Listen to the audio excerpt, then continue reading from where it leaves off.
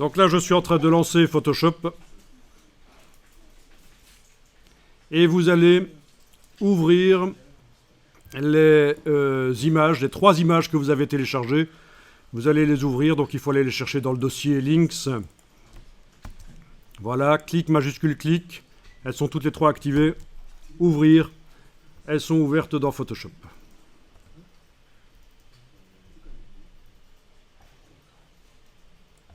Vous les voyez toutes les 3 dans des onglets. D'accord ?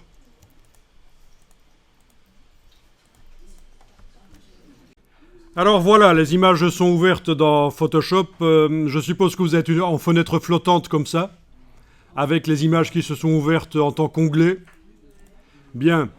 Alors, la première image ici. Si je clique sur la petite case ici en bas à gauche,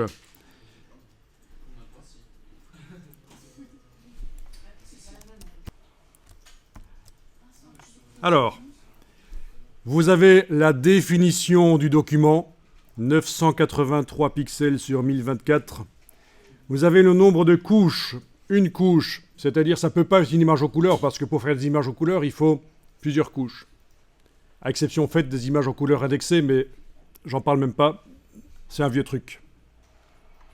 La résolution, 1900 pixels par pouce. C'est largement inhabituel parce qu'on dit qu'en général, pour une impression jet d'encre, on utilise 150 pixels de l'image sur une distance d'1 pouce, c'est-à-dire 2,54 cm.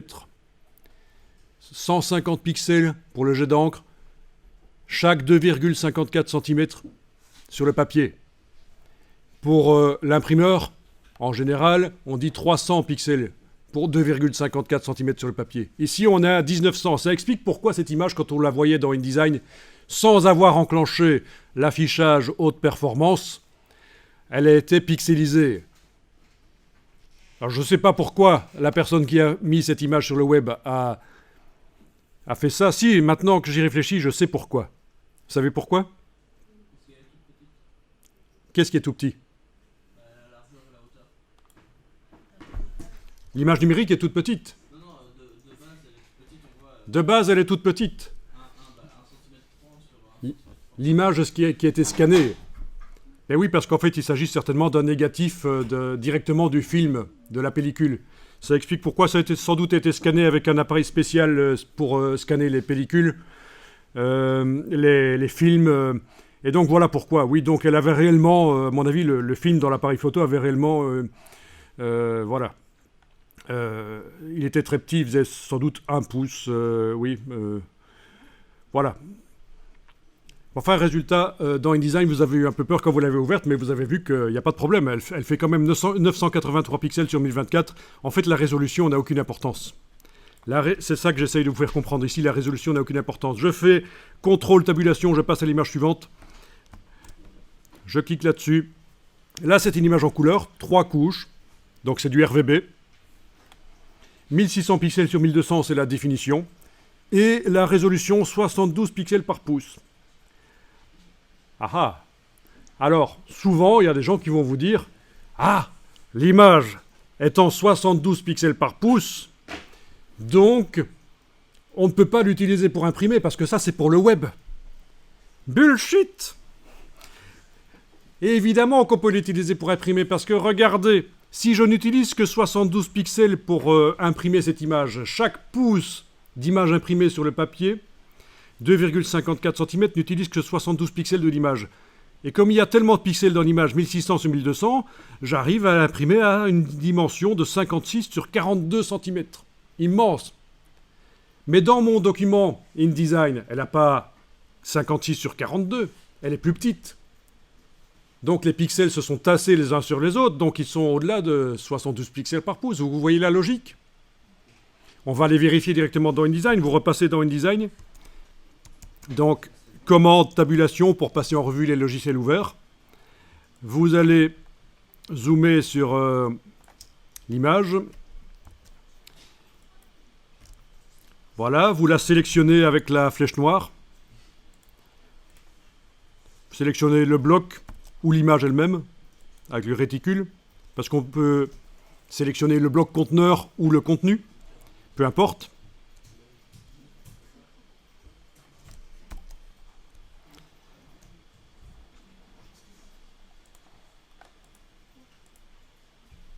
Ok, elle déborde quand même pas mal. Ah oui, ça c'est bizarre qu'elle ne soit pas redimensionnée comme il faut. Ok, c'est pas grave. En tout cas, vous avez sélectionné l'image. On va régler le problème du redimensionnement qui ne s'est pas fait exactement comme il devrait. Vous avez réglé le problème, voilà. Vous avez sélectionné l'image, je veux dire. Et on va aller voir dans les infos. Menu fenêtre, informations.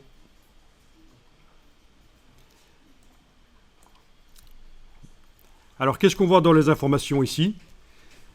Dans le fichier, la résolution pré-réglée par la personne qui a mis l'image sur le web est 72 pixels par pouce, mais l'image étant plus petite, on l'imprime plus petite que 56 sur 40, c'était ça, un truc comme ça ? Sur la page ici, elle ne fait pas 56 cm sur 40, bien sûr, c'est des pages A4. Eh bien, les pixels se tassent et on est à 202 de résolution. Donc pour du jet d'encre, c'est nickel, c'est déjà bien. Alors, vous savez ce qu'on va faire ? On va demander à InDesign de redimensionner l'image à l'intérieur parce qu'on peut encore la faire plus petite. Avec la flèche noire, vous sélectionnez le bloc ici et vous demandez Objet, Ajustement, Remplir le bloc proportionnellement. Objet, Ajustement, Remplir le bloc proportionnellement. Et voilà, on voit plus de l'image. Et au niveau de la résolution réelle, dans le document InDesign, on est passé à 339. Les pixels se sont encore plus tassés les uns sur les autres. Donc vous voyez, en fait, la résolution de départ qui est inscrite dans le document n'a absolument aucune importance. L'autre image là, l'image d'en dessous, qui était à 1900 pixels réglée dans le fichier, elle a été redimensionnée dans InDesign, on est passé à 290. Alors quelle est la dimension ? Ça se voit quand on clique sur le réticule central ici avec la flèche noire pour indiquer qu'on veut voir le contenu du bloc. Et on va voir ici, elle a été augmentée à 655%. Une image à une résolution de 1900 augmentée à 655% d'agrandissement, sa résolution diminue, mais on reste encore tout à fait proche des 300 pixels par pouce. Pour un imprimeur, c'est bon. L'autre au-dessus, quand je clique sur le réticule central pour indiquer que je veux voir l'image, je veux travailler sur le contenu du bloc, elle a été réduite à 21%. Une image à 72 pixels par pouce réduite à 21% vous fait une densité de pixels de 339, tout à fait suffisant pour une impression chez un imprimeur. Et très largement suffisant pour une impression jet d'encre qui nécessite 150 pixels par pouce, normalement. Donc vous voyez un peu la logique ? Donc ne faites pas attention à la résolution qui sont dans les images dans Photoshop. C'est de toute façon réglé dans InDesign quand on les place et qu'on les dimensionne d'une certaine manière dans les blocs. Ok, je reviens dans Photoshop. Il y avait la troisième image là. Même principe. Alors, 3300 sur 2200, c'est la définition. À 72 pixels par pouce, cette image est imprimable en 116 cm sur 77. Mais bien sûr, dans InDesign, elle a été redimensionnée. Si je clique avec la flèche noire sur le réticule central ici, je vois qu'on est à 343. Et alors, il y a quand même un truc qui a foiré sur les blocs images. Ils auraient dû mieux recadrer les images. Et vous voyez ça ? Vous voyez la logique ? Alors, avec la flèche noire, je vais cliquer à côté, je vais sélectionner le bloc et je vais demander, comme tout à l'heure, Objet, Ajustement, Remplir le bloc proportionnellement. Voilà, on voit un peu plus de l'image. Elle est encore plus petite. 427 pixels par pouce dans InDesign, alors que dans le fichier, elle est à 72. Si je clique sur le réticule central et que je vais voir ici, elle a été réduite à 16% pour pouvoir tenir sur ma page dans InDesign. Ok, super. Si vous avez compris ça, vous êtes loin, parce que sachez qu'il y a des étudiants diplômés en infographie qui n'ont pas encore compris ça. Si on leur fournit une image en 72 pixels par pouce, ils disent que ça ne va pas, qu'elle n'est pas imprimable. Si on leur fournit une image RVB, ils disent que non, dans InDesign, il faut mettre du CMJN. Tout ça est complètement faux, vous avez compris. Alors, petite parenthèse ici, vous ne faites pas, je vous montre juste que si je veux ce document qui ne contient que des images RVB, en faire un document CMJN, si un imprimeur me demande un PDF CMJN, je fais fichier exporter, je choisis dans la boîte ici, Adobe PDF pour l'impression. Dans les paramètres d'exportation, à la rubrique sortie, je dis convertir vers la destination. Et j'indique le profil CMJN que l'imprimeur m'a indiqué comme étant le bon. Il va utiliser cette norme. Ça va dépendre du papier que vous allez utiliser. Papier lisse, papier couché, non couché, papier graineux. Tout ça va influencer la manière dont l'encre interagit avec le papier. Et c'est la norme.